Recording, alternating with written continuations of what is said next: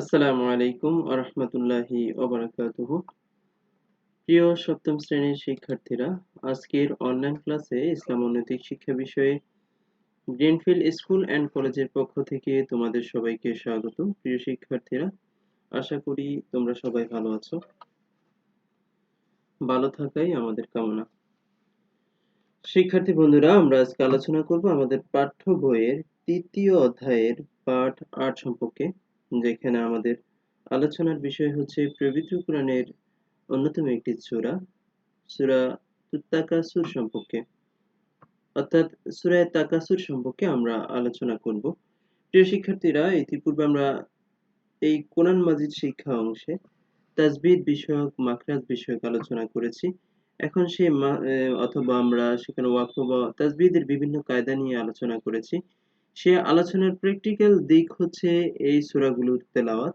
সেখানে আমরা যখন তেলাওয়াত করব তখন এই আমরা এতদিন যা শিখেছি, তাজবিদের যে কায়দাগুলো শিখেছি, নিয়মগুলো শিখেছি, রুলস গুলো শিখেছি, সেই রুলস গুলোর বাস্তবায়ন হবে এখানে।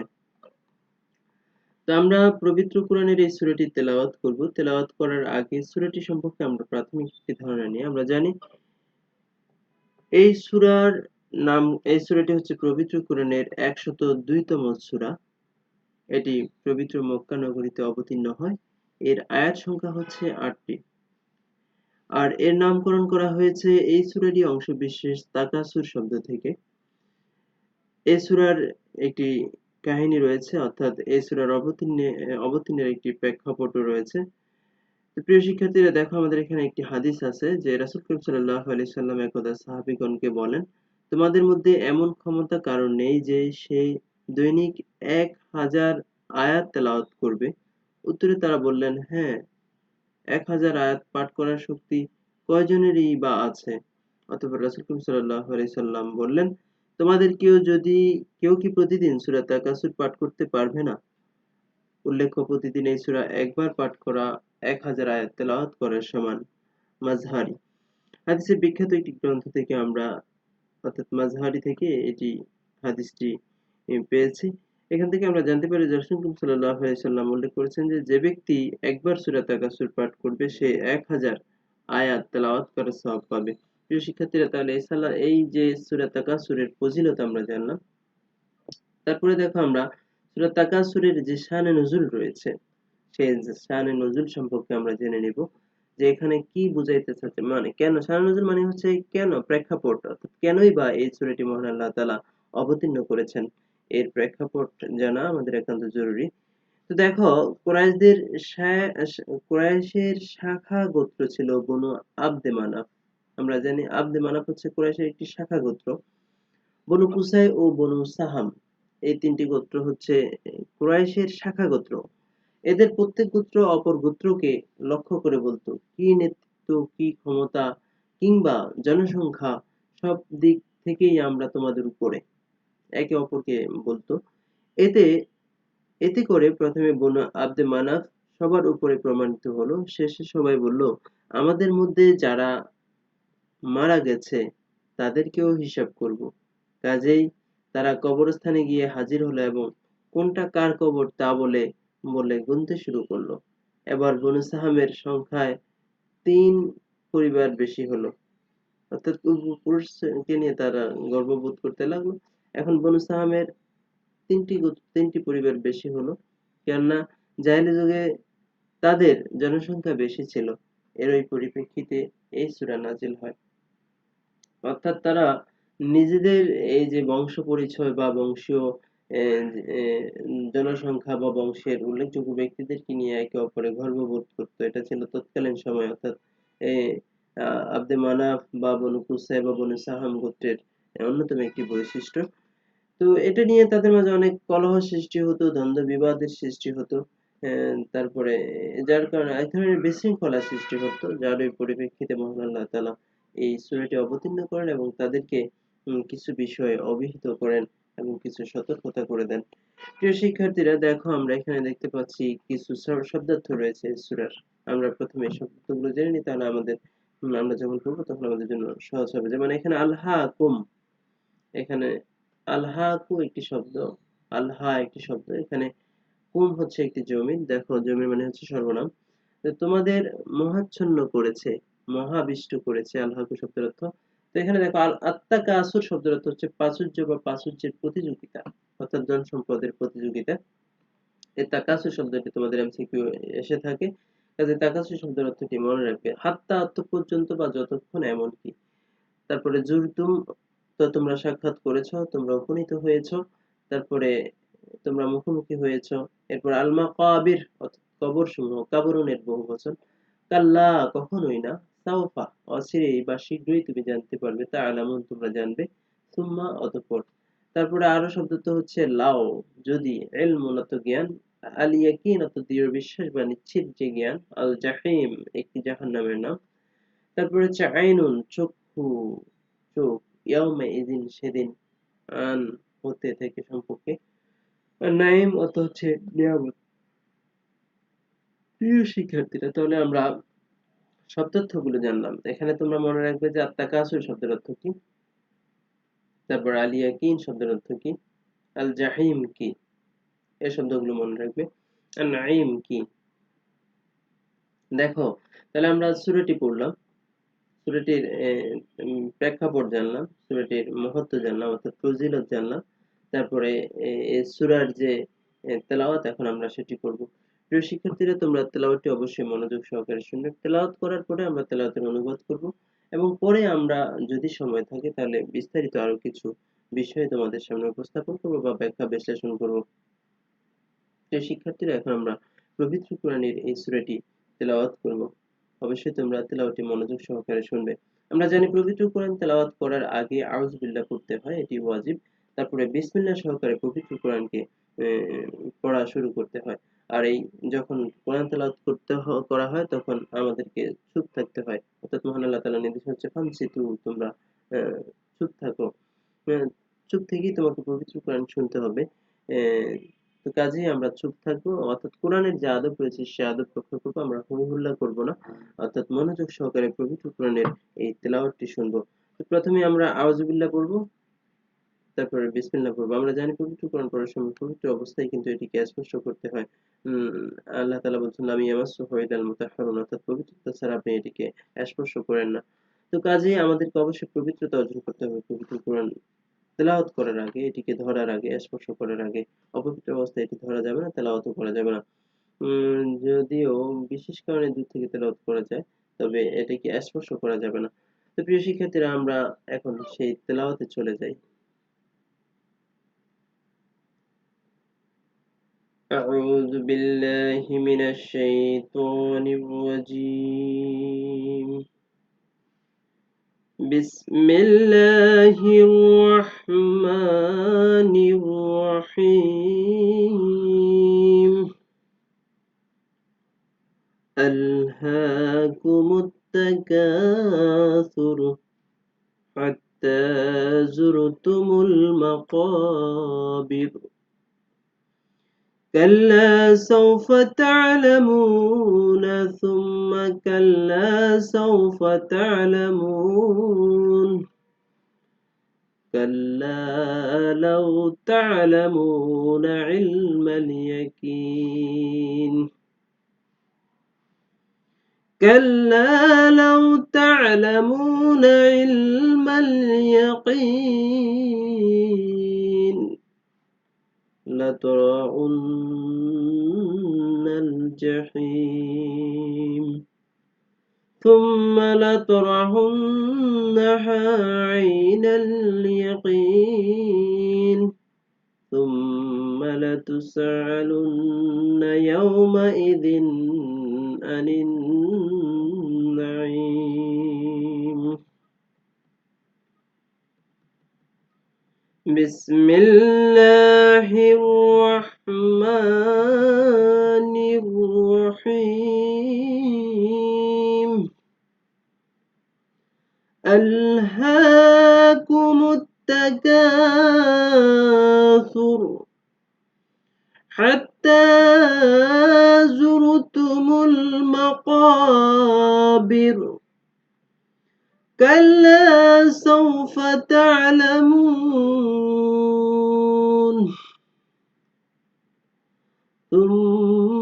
كلا سوف تعلمون كلا لو تعلمون علم اليقين لترون الجحيم ثم لترونها عين اليقين ثم لتسألن يومئذ عن النعيم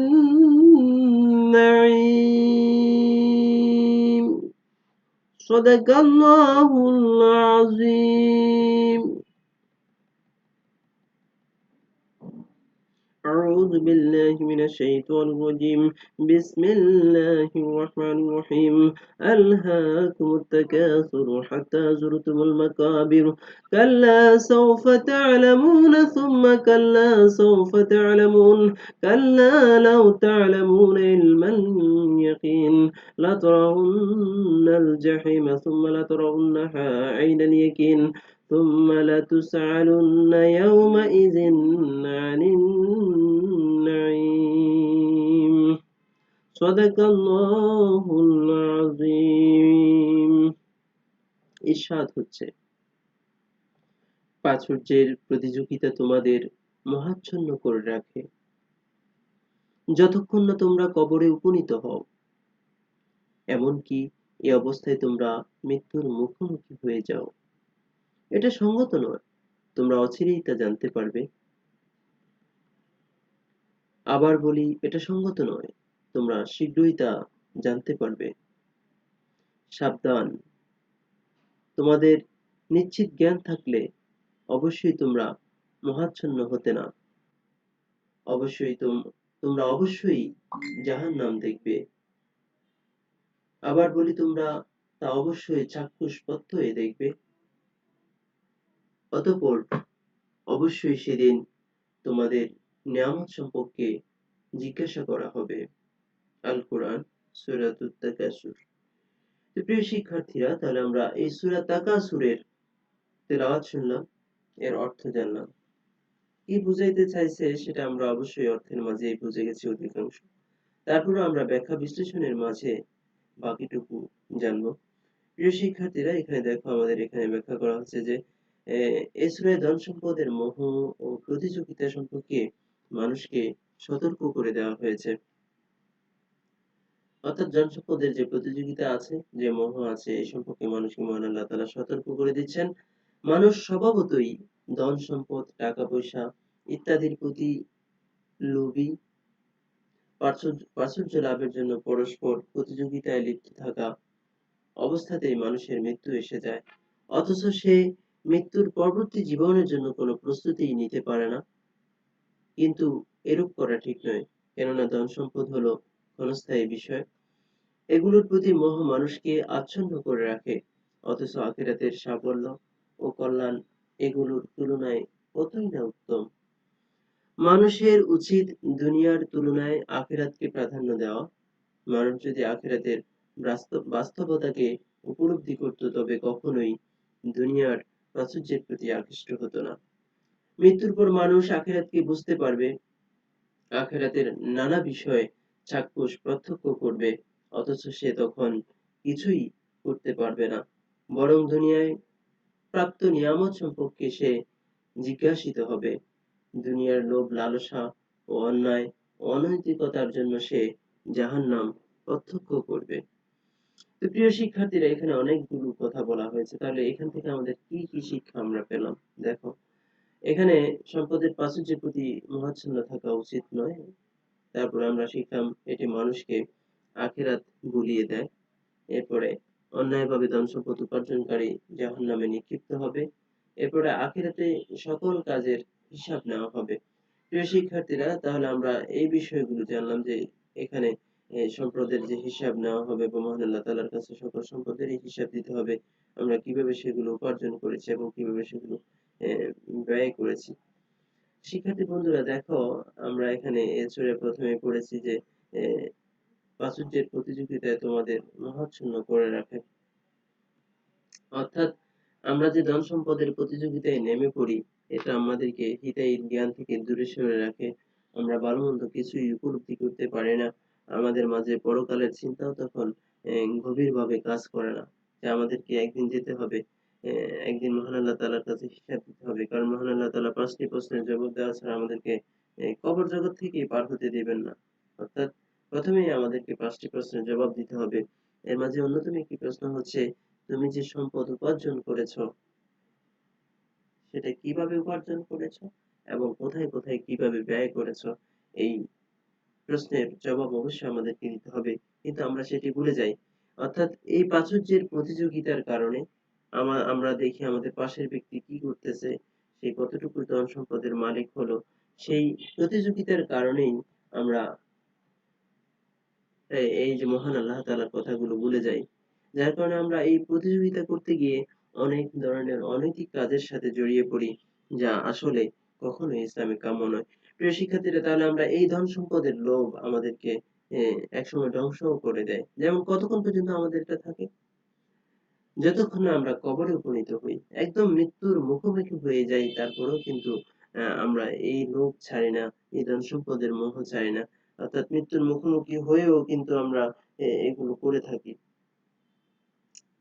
অর্থাৎ মানুষ তো কখন মারা যাবে সেটা সে বলতে পারে না। কিন্তু এই যে সে এগুলো করে থাকে, তখন তার হুঁশ থাকে না। কতক্ষণ পর্যন্ত করে? মৃত্যু যখন নিকটবর্তী হয়ে যায় ঠিক সেই মুহূর্ত পর্যন্ত করে। তারপরে দেখো, আহ এটা সঙ্গত নয়। মহান আল্লাহ তাআলা বলতেছে এটা আসলে কিছুতেই উচিত নয়। তোমরা এই ব্যাপারে অচিরেই জানতে পারবে যে এটা আহ তোমরা কি করতেছো। যদি তোমাদের জ্ঞান থাকতো, প্রত্যক্ষ জ্ঞান, যদি তোমরা দেখতে যে এই সম্পদগুলো কোনো কাজে আসতেছে না হাসরের ময়দানে, হুম, মহান আল্লাহ তাআলা তোমার আমলকেই সবচেয়ে বেশি প্রাধান্য দিচ্ছে, দুনিয়ার সম্পদ তার কাছে কিছুই না, তাহলে তোমরা কিন্তু এমনটা করতে না। হ্যাঁ? যদি তোমাদের অকাট্য জ্ঞান যেটা থাকতো, ইলমুল ইয়াকিন যেটাকে আমরা বলে থাকি, নিশ্চিত জ্ঞান যদি তোমাদের জানা থাকতো, তাহলে তোমরা কখনোই এই মহাচ্ছন্ন হতে না। তবে তোমরা দেখবে অবশ্যই এই কারণে মহান আল্লাহ তাআলা তোমাদেরকে জাহিম নামক যে জাহান্নাম রয়েছে, সেই জাহান্নামে নিয়ে যাবে। আর সেদিন তোমাদেরকে দেখিয়ে দিবে আল্লাহ তাআলা তোমরা কিভাবে কি করেছো। অর্থাৎ তোমাদেরকে প্রত্যক্ষ দেখিয়ে দিবেন তোমরা সম্পদগুলো কিভাবে অর্জন করেছো, কিভাবে ব্যয় করেছো, এর পরিণতি কি হতে পারে, সেদিন সবগুলো মহান আল্লাহ তাআলা তোমাদেরকে পুঙ্খানুপুঙ্খানুভাবে জানিয়ে দিবেন এবং এ সম্পর্কে তোমাদেরকে প্রশ্নও করবেন যে তোমরা এগুলো কি কি করেছো, সম্পদগুলো কোথায় থেকে অর্জন করেছো, আর কোথায় থেকে কোথায় সেগুলো ব্যয় করেছো, আবার কিভাবে কিভাবে তুমি সেগুলো অর্জন করেছো। প্রিয় শিক্ষার্থীরা, এই ব্যাপারে মহান আল্লাহ তাআলা আমাদেরকে হাসরের মাঠে জিজ্ঞেস করবেন। প্রত্যেকটি সম্পদেরই আমাদেরকে জবাবদিহিতা করতে হবে। আমরা জানি এই পৃথিবীর যে ধন সম্পদ রয়েছে সেটা মহান আল্লাহ তাআলার কাছে খুবই নগণ্য। মহান আল্লাহ তাআলার কাছে এই পৃথিবীর ধন সম্পদ কিছুই না। তিনি এই পৃথিবীর ধন সম্পদের দিকে কখনোই তাকান না। এটা হচ্ছে জাস্ট ডাস্টবিনের ময়লার মতো। যদি তিনি এই পৃথিবীর সম্পদের দিকে তাকাতেন, তাহলে তিনি যারা সম্পদশালী রয়েছে তাদেরকে কখনোই সম্পদশালী করতেন না। অর্থাৎ অমুসলিমদেরকে তিনি সম্পদের মালিক বানাতেন না। এই পৃথিবী ধন সম্পদ মহান আল্লাহ তাআলার কাছে কিছু না বিধায় তিনি তাদেরকে ধন সম্পদ দিয়েছেন আর মুমিনদেরকে একটা পরীক্ষার মধ্যে ফেলে দিয়েছেন। এর মাঝে পৃথিবীর যে সম্পদগুলো, এগুলো যথাযথ ব্যবহারের দিক নির্দেশনাও কিন্তু মহান আল্লাহ তাআলা আমাদেরকে দিয়ে দিয়েছেন। আমরা যারা মুসলিম রয়েছি তাদের মাঝে যারা সম্পদশালী রয়েছে তাদের উচিত হচ্ছে এই সম্পদের যথাযথভাবে যাকাত আদায় করা, নির্ধারিত সময়ে যাকাত দেওয়া। তারপরে আমার প্রতিবেশী যারা আছে, যারা এই সম্পদের মাঝে হকদার, তাদেরকে এই সম্পদের যে পরিমাণ মহান আল্লাহ তাআলা দিতে বলেছেন সেই পরিমাণ সম্পদ তাদেরকে দিয়ে দেওয়া। তাহলেই গরিব বা এতিমের যে হকগুলো রয়েছে সেটা আদায় হবে। তারপর প্রতিবেশীর হক রয়েছে। আমার আমার যে সম্পদ সেই সম্পদের মাঝে আমার পরিবারের হক রয়েছে, অর্থাৎ এটা আমার জন্য সদকা হিসেবে পরিগণিত হবে। তারপর পরিবারের হক রয়েছে, আমার প্রতিবেশীর হক রয়েছে, তারপরে আমার দূরবর্তী নিকটবর্তী আত্মীয়ের হক রয়েছে, অসহায়, অভাবী, অনটনে যারা আছে তাদের হক রয়েছে। কাজেই আমাকে তাদেরকেও দিতে হবে এই সম্পদ থেকে। যদি আমি না দিই, এই মহান আল্লাহ তাআলার কাছে আমার জন্য জবাবদিহি করতে হবে। কাজেই সম্পদের মোহে পড়া যাবে না কিছুতেই। এ এ সবকিছু চিন্তা করতে হবে যে মহান আল্লাহ তাআলার কি দিক নির্দেশনা রয়েছে। হালাল কখনো হারাম ভাবে হালাল পন্থায় মানে হারাম পন্থায় উপার্জন করা যাবে না। সদা সর্বদা হালাল পন্থায় উপার্জন করতে হবে। কেননা এই সম্পদের ব্যাপারে মহান আল্লাহ তাআলার নিকট আমাদেরকে অবশ্যই জবাবদিহি করতে হবে। কাজেই এই বিষয়গুলোর প্রতি আমাদের সজাগ দৃষ্টি রাখা উচিত যে সম্পদ আমার কিভাবে আসতেছে এবং এই হালাল পন্থায় রুজি করার পর সেটাকে আবার হালাল জায়গায় আমাদেরকে ব্যয় করতে হবে। এই বিষয়গুলোর প্রতি খেয়াল রাখা আমাদের একান্ত জরুরি।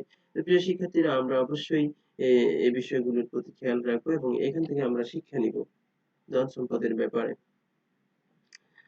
তো তোমরা অবশ্যই এখানে যে শিক্ষাগুলোর কথা বলা হচ্ছে সেই শিক্ষাগুলো তোমাদের জীবনে বাস্তবায়ন করবে।